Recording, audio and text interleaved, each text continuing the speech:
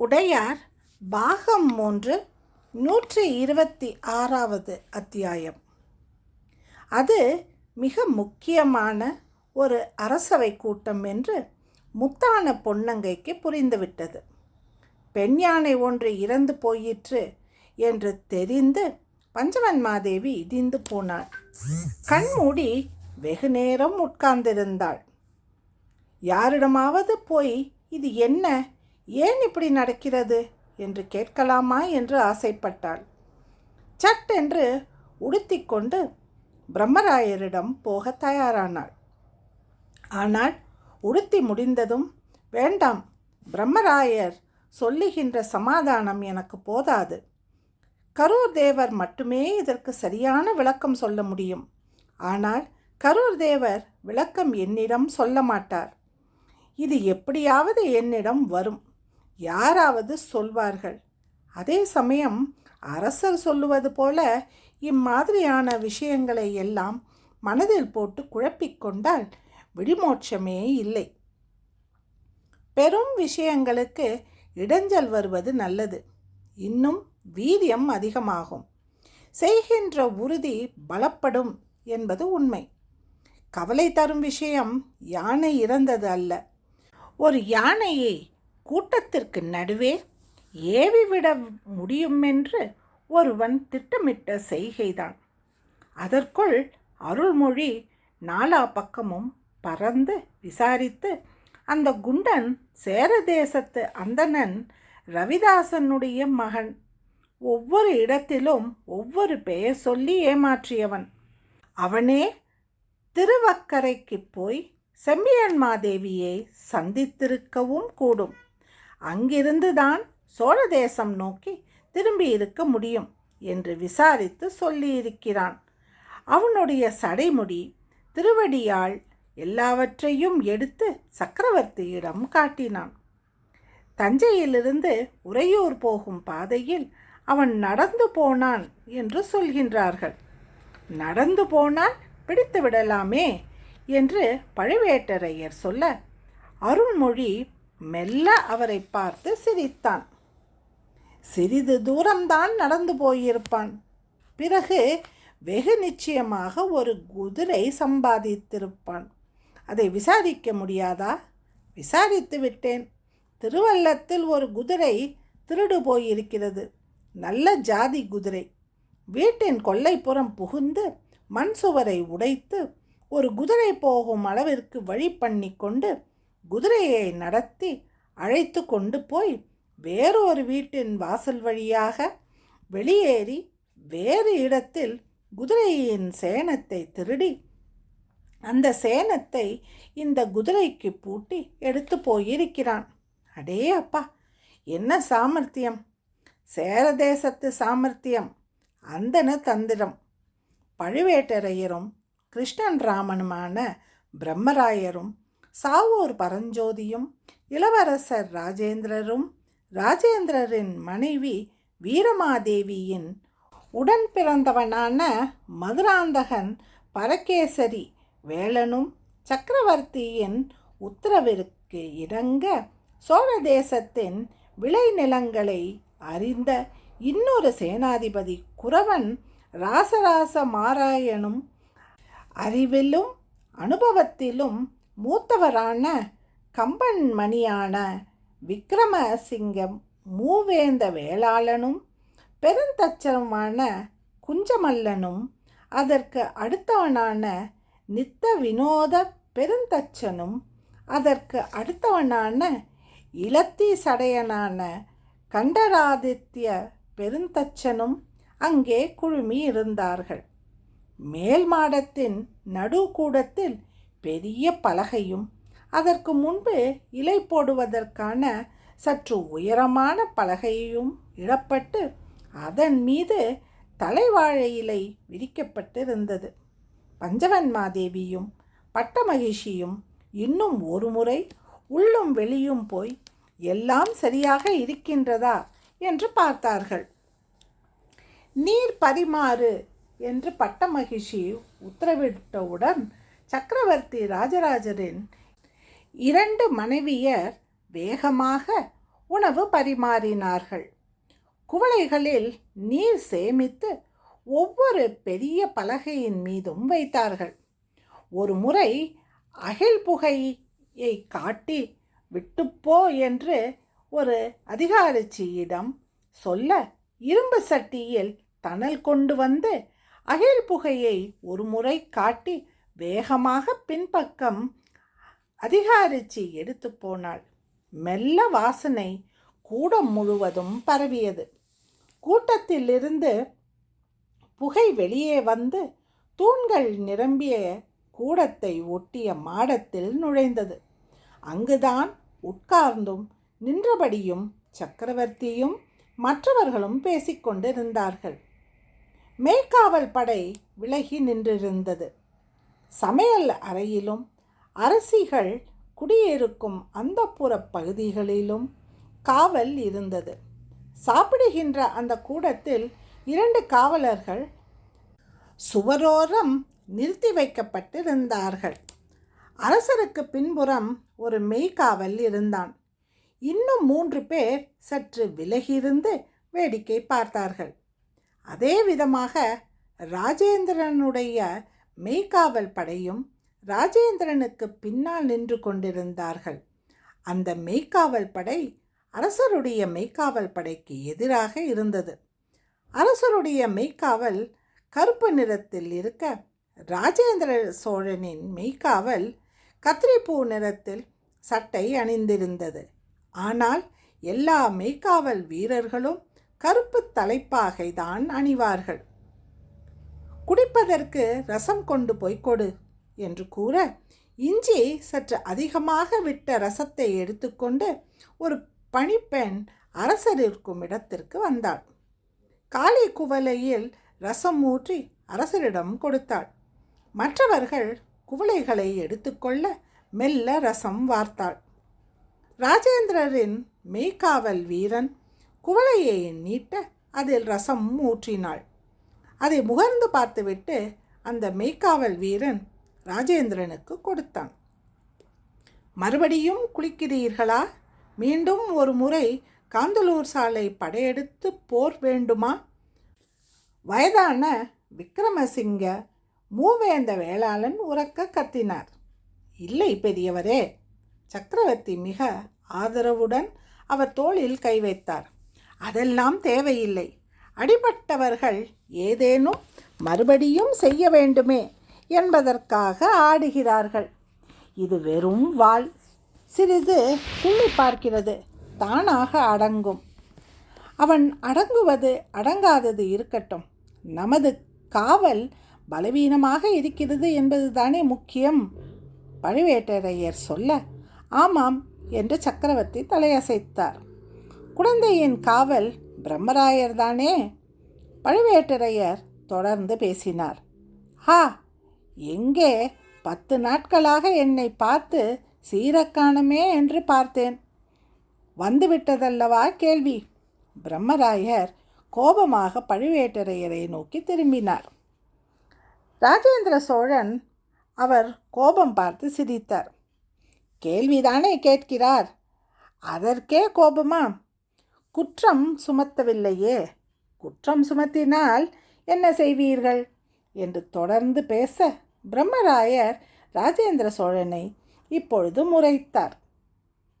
ராஜேந்திர சோழன் அந்த முறைப்பை இப்பொழுது அலட்சியம் செய்தார். பிரம்மராயருக்கே போய் அவர் தொப்பையில் முஷ்டியை மடக்கி மெல்ல குத்தினார். கோபம் மட்டும் வந்தால் போதாது, செயலில் காட்ட வேண்டும். வடக்கு தெற்கு புறம்படிகள் எல்லாம் பலவீனமாக இருக்கின்றன.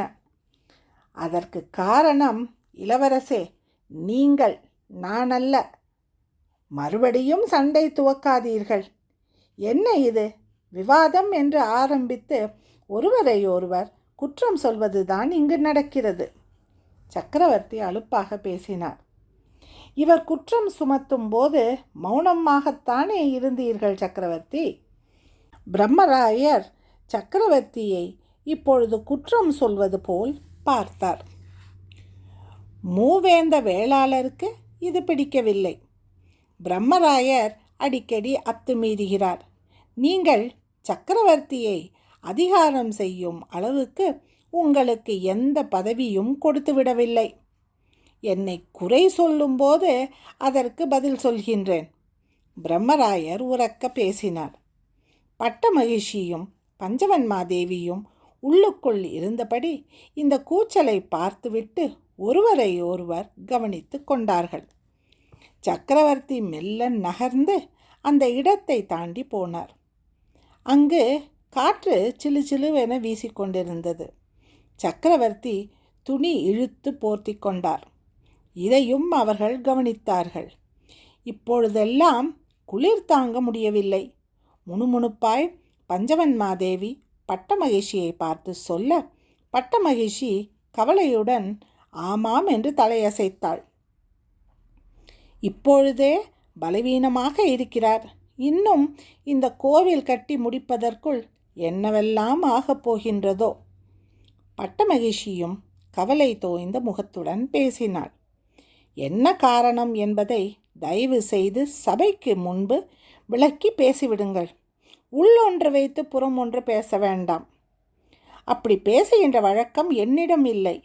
எந்த முன்னறிவிப்பும் இல்லாமல் இங்கு கொண்டு வந்து 16,000 வீரர்கள் இறக்கிவிட்டு உங்களுக்கு பாதுகாப்பு வேறு தர வேண்டும் என்று சொன்னால் நான் எங்கே போவேன்? 16,000 வீரர்கள் என்னிடம் இருக்கிறார்களா? இல்லையே. நீங்கள் மேல்பாடியிலும் திருவொற்றியூரிலும் காஞ்சிபுரத்திலும் வடக்கு எல்லையை பலப்படுத்துவதற்காக ஏகப்பட்ட சோழ வீரர்களை வைத்து கொண்டிருக்கிறீர்கள். அங்கு குடித்துவிட்டு அவர்கள் கும்மாளம் அடித்து கொண்டு இருக்கிறார்கள்.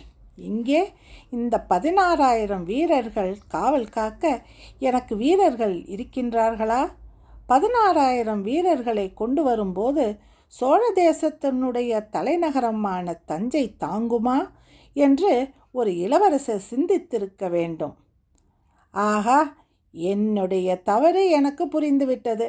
16,000 வீரர்கள் நாளை காலையே திரும்பி தஞ்சை எல்லையை தாண்டி குடந்தை வழியாக மறுபடியும் திருவொற்றியூர் வந்து விடுவார்கள். சரிதானே? இது வெறும் முரட்டு பேச்சு. என்ன, உங்களுக்கு ஆட்களும் வேண்டும், அவர்களும் அசையவும் கூடாது என்றால் என்ன அர்த்தம்? இங்கு ஆட்கள் வருகின்றார்கள் என்று தெரிந்ததுமே இந்த இடத்தை தயார் நிலையில் வைக்க மாட்டீர்களா? எப்பொழுது எனக்கு சொன்னார்கள்? யார் சொன்னார்கள்? யாருடைய உத்தரவின் பேரில் நீங்கள் ஆட்களை இங்கு அனுப்பினீர்கள்? சக்கரவர்த்தி கேட்டாரா? சக்கரவர்த்தி கேட்டார் என்றால் என்னை கலந்து ஆலோசிக்காமல் கேட்டிருக்க மாட்டார். நீங்களாக உதவி செய்வது போல இவ்வளவு பெரிய விஷயத்தை செய்திருக்கிறீர்கள்.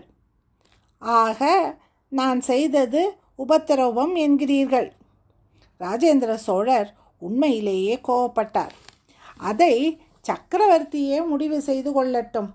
எனக்கு சொல்லிக்கொள்ள விருப்பமில்லை. 16,000 பேர்கள் நாம் வென்று கொண்டு வந்த வீரர்கள், அடிமைகள். எப்படி பதறினேன் என்பது எனக்குத்தான் தெரியும். இதில் 1000 பேர் எங்கேனும் ஆயுதம் எடுத்து தஞ்சை நகருக்குள் புகுந்து பெண்களையும் குழந்தைகளையும் தாக்கத் துவங்கியிருந்தால் என்ன கதி? பிரம்மராயரே, இந்த உலகத்தில் நீங்கள் மட்டுமே புத்திசாலி என்பது போல பேசுகிறீர்கள். நான் அனுப்பிய 16,000 வீரர்கள் பக்குவப்பட்டவர்கள். பல்வேறு விதமாக சோதனை செய்துவிட்டு சிவனுக்கு ஒரு கோயில் எழுப்புகிறார்கள். வேலை செய்ய விருப்பமுள்ளவர்கள் வாருங்கள் என்று கங்க தேசத்து ஆட்களையும் ராஷ்டிர கூடர்களையும் சில சாளுக்கிய வீரர்களையும் அனுப்பியிருக்கிறேன். இதில் பாண்டிய வீரர்கள் மிக குறைவு. சேர வீரர்கள் ஒருவரும் இல்லை. உங்களுக்கு விருப்பமில்லை எனில் தஞ்சை போக வேண்டாம் என்று சொல்லி மற்றவர்களை விடுதலை செய்திருக்கிறேன். இவர்கள் அத்தனை பேரும் விரும்பி தஞ்சைக்குள் வந்தவர்கள். சிவனுக்கு கோவில் கட்டப் போகின்றோம் என்றதும் வேலைக்காக வந்தவர்கள். பாண்டியர்களை நான் மிக கவனமாக தேர்ந்தெடுத்தேன். சில சாளுக்கிய வீரர்களை நீ போகக்கூடாது என்று சொல்லி அவனை வேறு பக்கம் திசை திருப்பினேன். எந்த முன்னறிவிப்பும் நான் செய்திருந்தாலும் தஞ்சை இப்படித்தான் வெறுமே கால் விரித்து கிடக்கும். நாங்கள் வருவதற்கு 4 நாட்கள் முன்பே சொல்லப்பட்டது. ஒரு தட்டோலை கூரை கூட போடவில்லை. ஒரு சமையல் பாத்திரம் கூட ஏற்பாடு செய்யப்படவில்லை. வருவோர்களை வரவேற்பதற்கு எந்தவித முயற்சியும் இல்லை. தாக சாந்திக்கு நீர் கூட கொடுக்கவில்லை.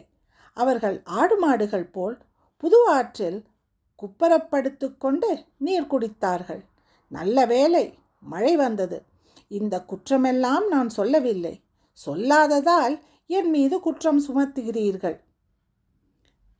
4 நாட்களுக்கு முன்பு தகவல் தெரிவித்து 16,000 வீரர்களுக்கு சோறு சமைப்பதற்கு உண்டான பாத்திரங்களை எங்கிருந்து கொண்டு வருவது என்று தயவு செய்து எனக்கு சொல்.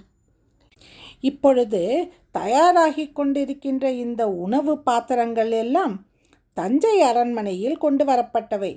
அரண்மனையில் எப்பொழுது விருந்து நடந்தாலும் அதற்குண்டான பாத்திரங்களை அடிமை வீரர்கள் வைத்து அனுப்பியிருக்கின்றோம். நாளை காலை மிகப்பெரிய விருந்து ஒன்றை ஏற்பாடு செய்.